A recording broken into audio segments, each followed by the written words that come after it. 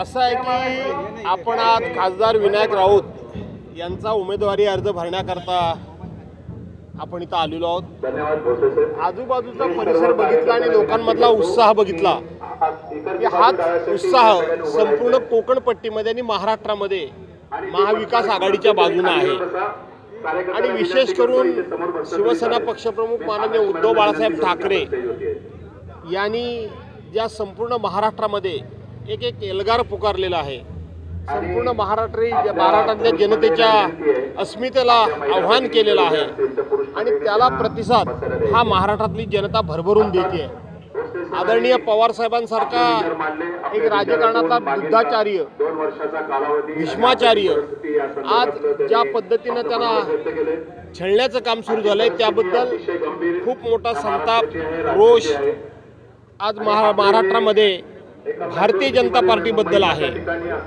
काँग्रेस मुक्त भारत अशा पद्धतीची नरेंद्र मोदींनी घोषणा दिली होती, तीच काँग्रेस आज सकाळ संध्याकाळ भाजपाच्या आणि विशेष करून पंतप्रधान नरेंद्र मोदी आणि अमित शहा यांच्या स्वप्नामध्ये दिवस रात्र दिसायला लागलेली आहे। याच्यावरून आपल्या लक्षात आलं असेल की महाविकास आघाडीला संपूर्ण देशामध्ये महाराष्ट्र राज्यामध्ये उत्तम अशा प्रकारचा प्रतिसाद आहे।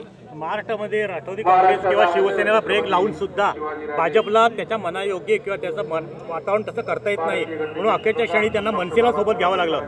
त्याचा काय या राज्याच्या राजकारणावर परिणाम होईल? असं आहे की भारतीय जनता पार्टीनं पहिले आपले 20 उमेदवार जाहीर केले, नंतर आपले 3 उमेदवार जाहीर केले। तोपर्यंत भारतीय जनता पार्टीचा सर्वे हा बाहेर आला नव्हता, पण जसे एकनाथ शिंदेंच्या जागा सोडायची वेळ आली, अजित पवारांच्या जागा सोडायची वेळ आली, तसा भारतीय जनता पार्टीचा सर्वे बाहेर आला। राज्याचे मुख्यमंत्री कोण आहेत? एकनाथराव शिंदे आहेत। त्यांच्या पक्षाच्या उमेदवारांचा सर्वे हा राज्याच्या मुख्यमंत्र्यांना करता येत नाही का? तर तो भाजप करतंय। याचा अर्थ की भारतीय जनता पार्टीनं फक्त आपल्या जागा मोकळ्या करून घेतलेल्या आहेत आणि एकनाथ शिंदे आणि अजितदादा पवार यांच्या जागा ह्या लोकांच्या कशा पसंतीच्या नाहीत, ते उमेदवार कसे पराभूत होऊ शकतात, तिथं लोकांची कशी नाराजी आहे हे दाखवून त्यांनी त्यांचा विश्वासघात केलेला आहे। तशाच पद्धतीनं राज ठाकरेंचा देखील त्यांनी गेम केलेला आहे, एवढंच मी तुम्हाला सांगतो। त्याच्यामध्ये काही जागांचा अदलबदल आणि सर्वेच्या मध्ये रत्नागिरी सिंधुदुर्ग मतदारसंघ तुला आहे असं आहे की जागांची अदलाबदल करण्याचे फक्त एकनाथ शिंदेंच्या बरोबर गेलेल्या खासदारांच्याच जागेवरची अदलाबदली शिल्लक कशा राहिल्या?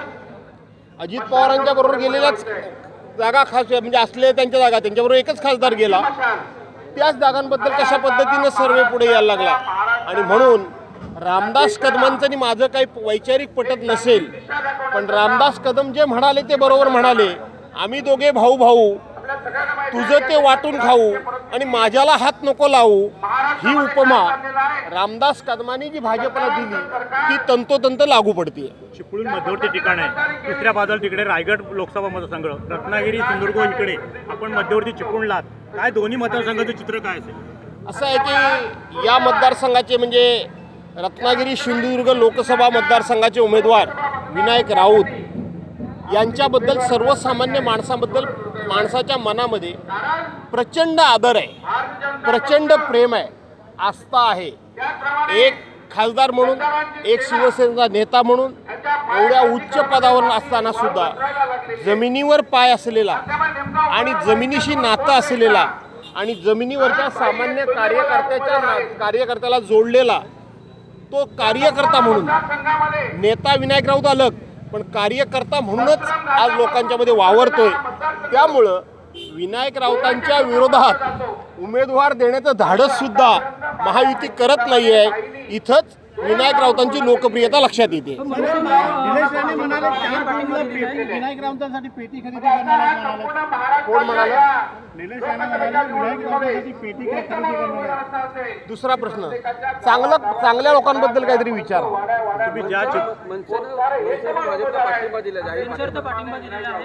मनसेनं भाजपला पाठिंबा दिला की द्यायला लावला याचा शोध घेण्याची गरज आहे। पण मनसेच्या कार्यकर्त्यांना मी पुन्हा एकदा आव्हान करतो की तुम्ही मूळचे शिवसैनिक आहात, हिंदू हृदय सम्राट माननीय बाळासाहेब ठाकरे यांच्या विचारांचे तुम्ही कार्यकर्ते आहात। त्यामुळं मनसेच्या नेत्यांनी काय निर्णय घेतला तो निर्णय त्यांना जरूर घेऊ द्या, परंतु मनसे सैनिकांना मी जाहीरपणे आव्हान करतो की आपण उद्धव साहेबांच्या पाठीमागे खंबीरपणे उभे राहा आणि उद्धव साहेबांचे हात बळकट करा. 3 विधानसभा मतदारसंघ दक्षिण रत्नागिरीत येतात. चढाओढ लागलेली आहे. प्रत्येक तालुका प्रमुख म्हणतोय मी अधिक मताधिकेल.